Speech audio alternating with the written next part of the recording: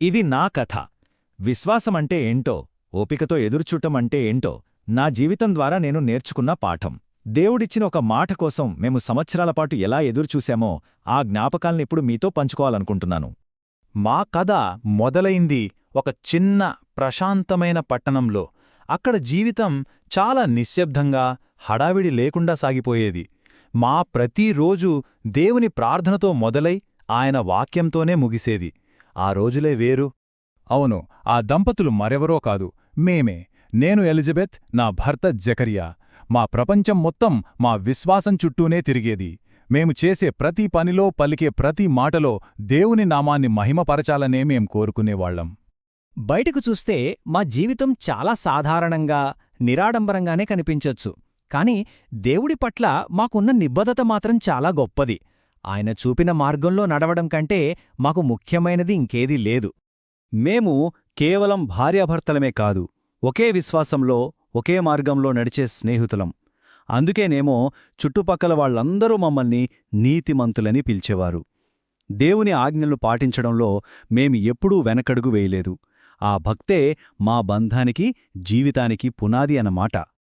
కాని ఇంత సంతోషం, ఇంత భక్తియున్న మా జీవితం వెనుక ఒక లోతైన బాధ దాగి ఉంది. ఎవరితోనో చెప్పుకోలేని ఒక నిశ్శబ్దమైన వేదన. సంవత్సరాలుగా మమ్మల్ని నీడలా వెంటాడుతున్న ఒక తీరని కోరిక అది. మా జీవితంలో ఇది ఒక పెద్ద వైరుధ్యం. ఒకవైపు చూస్తే దేవునిమీద అపారమైన భక్తి, సమాజంలో మంచి గౌరవం. కాని ఇంకోవైపు పసిపిల్లల నవ్వులు లేక మా ఇల్లు మూగబోయింది. ఆ నిశ్శబ్దం ప్రతిరోజూ మమ్మల్ని తినేసేది. కాలం గడిచే కొద్దీ ఆ బాధ మా గుండెల్లో మరింత లోతుగా పాతుకుపోయింది. కొన్నిసార్లు ఇక మాకు పిల్లలు పుట్టరేమో అననిపించేది.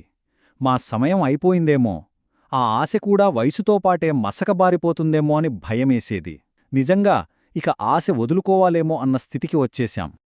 కాని అంటారుగదా, మనిషి ప్రయత్నం ఆగిపోయిన చోటే దేవుని అద్భుతం మొదలవుతుందని.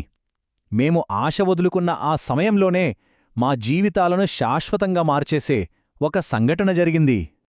నా భర్త జకర్యా ఎప్పట్లాగే దేవాలయంలో తన యాజక ధర్మాన్ని నిర్వర్తిస్తున్నాడు. అంతా ప్రశాంతంగా ఉంది. కాని అప్పుడే ఉన్నట్టుండి దేవుని నుండి ఒక దూత ఆయనకు కనిపించాడు. ఆ క్షణం మా సుదీర్ఘ నిరీక్షణకు ముగింపు పలకడానికొచ్చింది. ఆ మాటలు విన్నప్పుడు నమ్మశక్యంగా అనిపించలేదు. నీ భార్య ఎలిజబెత్ ఒక కొడుకుని కంటుంది. ఈ వయసులోనా? ఎలా సాధ్యం అనిపించింది. కాని అది మనుషుల అంచనా కాదు, అది దేవుని వాగ్దానం. ఆ క్షణం మాకొక గొప్ప సత్యమర్థమైంది. మనుషులకు అసాధ్యమనిపించినది దేవునికి చాలా సులభం. ఆయన తలుచుకుంటే జరగనిది ఏదీ లేదు. ఆ దైవ వాగ్దానం కేవలం గాలిలో కలిసిపోలేదు, అది మా జీవితంలోకి వచ్చింది. మా కళ్లముందే ఒక నిజమైంది. మా జీవితాన్నే ఒక ఆనంద గీతంలా మార్చేసింది. చూస్తుండగానే అంతా జరిగిపోయింది. ముందు దేవుడు మాట ఇచ్చాడు, తరువాత సరైన సమయానికి ఆ మాట నిలబెట్టుకున్నాడు. చివరికి మా నిశ్శబ్దమైన ఇల్లు, నా చేతులు ఒక పసికందు ఏడుపుతో, నవ్వుతో నిండిపోయాయి. మా దుఃఖమంతా ఆనందంగా మారిపోయింది. దేవుని దయవల్ల పుట్టాడు కాబట్టి మా అద్భుతమైన కొడుకుకి యోహాను అని పేరు పెట్టాం.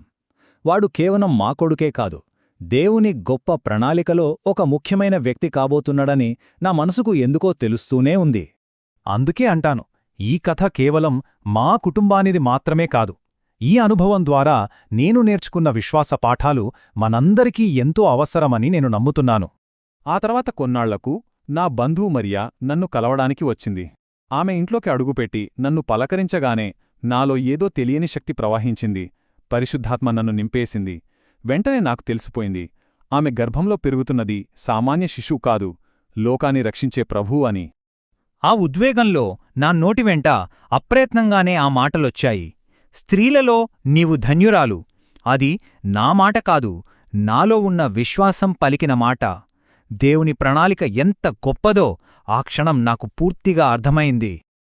కాబట్టి ఈ కథ నుండి మనం గుర్తుంచుకోవలసినదిదే. దేవుని సమయం మన సమయంలా ఉండకపోవచ్చు, కాని ఆయన తన వాగ్దానాలను ఎప్పటికీ మరిచిపోడు. మనం చేసే ఏ ప్రార్థనా వృధా కాదు. ఓపికతో ఎదురుచూసేవారి విశ్వాసాన్ని ఆయన ఖచ్చితంగా గౌరవిస్తాడు. చివరిగా నా హృదయంలోంచి వచ్చే ఈ చిన్న ప్రార్థనతో ముగిస్తున్నాను.